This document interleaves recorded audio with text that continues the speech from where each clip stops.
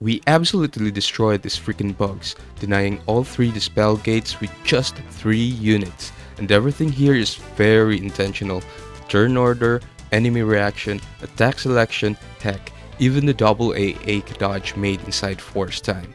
So let's go through what happened, why I use certain skills in specific moments, and how you can replicate this. Let's start with the setup. Every speed passive is removed except for Kadaj buff attack speed, which will be important in the turn order placement. Okay, sometimes the boss starts the turn first, but that doesn't really matter. What's more important is the boss's turn order.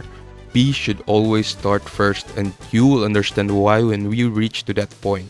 So Kadaj start here, and we will use his AA to get that juicy 40% attack up and raise that fixation debuff up to max stack. Then we'll use that EX to inflict Stigma debuff and make them both shiny gold frame. Kelger plays with both bosses here with that preemptive strike and counter evasion skills, which he always do for the most part of this run. On his turn though, we'll use that S1 to focus our damage on the moth only. And on Kor's turn, we'll use his S2 first and attach Oath of Absolute Defense buff on Kelger to activate that follow-up, followed by his AA for that party attack, Brave and Brave damage limit up. Then we'll use his EX to take less damage from boss attack, and once we reach Kadaj's next turn, that Chocobo summon should be up and we will use that right then and there. On Kadaj's turn, we will use his S2 to focus our damage on the moth, and on Kor's turn, we'll simply use that free turn on S2 to refresh Kelger's buff. Next is S1 for Kelger, still focusing our damage on the moth. Kadaj will use LD on the moth to further lower its HP. Now on Kor's turn, we will use that Auron LDCA to inflict the weakness debuff early since it will be too late to inflict that on his next turn while perfectly setting up his BT activation. On Kelger's turn, we'll apply Luna's LDCA first to set up his BT phase and FR turns respectively. His BT phase skill order is also specific to make this run possible, so don't tune out yet. We'll just use Auto Plus on the first 3 turns, or you could simply follow this FR, EX, then LD, whichever comes first. Then we'll use this S1 on the Centipede to not overdo our damage on the moth, S1 again on the moth, followed by his AA and BT to complete the setup before force time.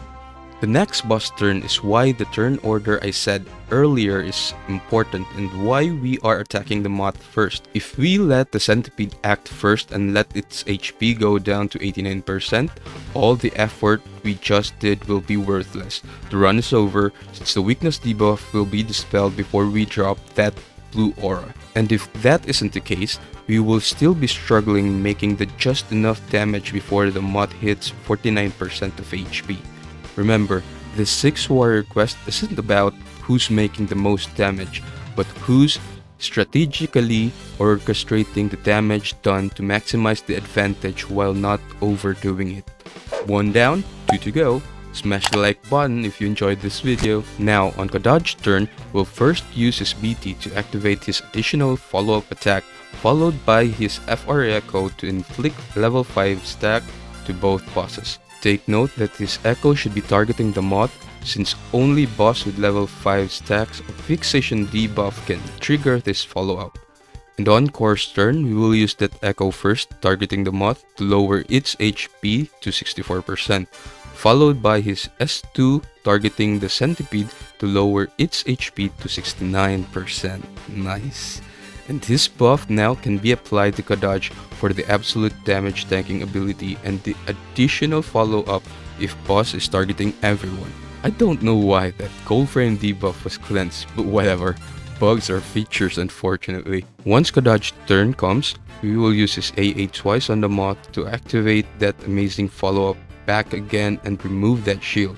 Next we'll use Hope's LDCA to inflict weakness debuff to cancel that blue aura. And lastly for him, we'll use his EX targeting the centipede to balance out both bosses' HP and to inflict stigma back again. After both bosses' turns are done, the last blue aura should be active. On Kelgar's turn, we will use S1 on Centipede to avoid dropping the moth's HP to 9% before cancelling its blue aura. On Core's final turns, we will use Oran's S2 call on the moth to inflict that final weakness debuff and wither that shield. Then we'll use his echo to cancel the last blue aura, and that's it. Let me know in the comments if you want more runs like this, or if you have any suggestions on what to improve and make the video much more interesting. Bye!